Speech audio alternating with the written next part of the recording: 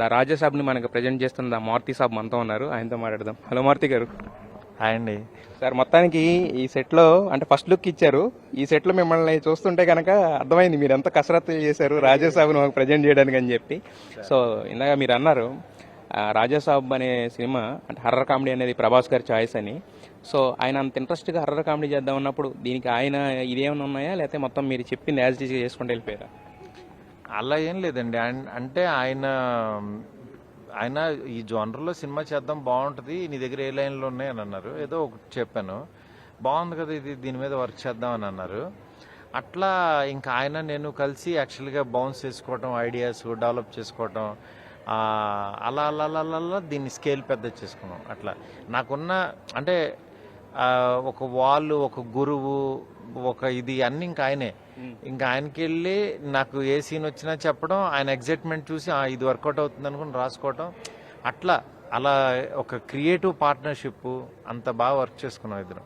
Sir, అయితే యాక్చువల్గా మీరు హర్రర్ కామెడీ అనేది ఓకే, బట్ వింటేజ్ డార్లింగ్ చూపిస్తా ఉన్నారు. ఫస్ట్ అసలు ఈ థాట్ ఎవరిది? ఇలా వింటేజ్ గా చూపిస్తే ప్రభాస్ గారిని చూసి చాలా కాలం అయింది, ఒక బుజ్జిగడ్డ టైపు అలాంటి డైలాగులు, ఆ డైలాగ్ డెలివరీ అంతా కనపడుతుంది. ఆ థాట్ మీదేనా? అది నేనే చెప్పాను ఆయనకి.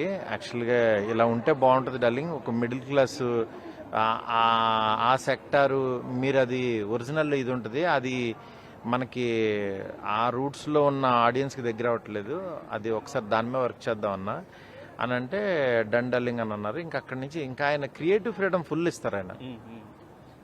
వాళ్ళు వచ్చారు. అయితే యాక్చువల్గా మాకేంటంటే ఫస్ట్ లుక్లోనేమో ప్రభాస్ గారిని ఒక రకంగా చూపించారు, ఇప్పుడు చూపించిన లుక్లోనేమో వేరే రకంగా ఉన్నారు. అంటే డ్యూయల్ రోలా లేకపోతే సింగిల్ రోలా? సింగిల్ రోలేనండి, డ్యూయల్ రోల్ ఉండదు. మీకు అన్ని సినిమాలు కనబడతాయి. మొత్తానికి మీ టైం ఇచ్చారు, thank you very much and wish you all the best.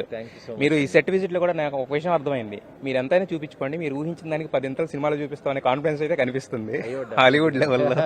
Graphics అదంతా కూడా సెట్ చూస్తే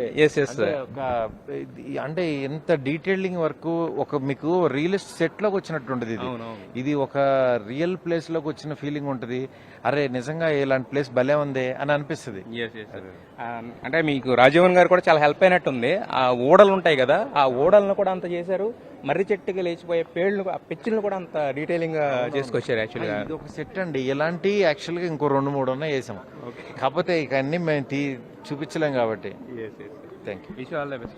యా, సో చూసాం కదా మారుతి గారు అలా అనమాట. సో ప్రభాస్ గారు అసలు ఈ సినిమాని ఎలా స్టార్ట్ అయింది, ఎక్కడ రాజాసాబ్ అనే జర్నీ స్టార్ట్ అయింది, ఎలా స్టార్ట్ అయింది అనేది మొత్తం అంతా కూడా ఆయన అనుభవాలు అయితే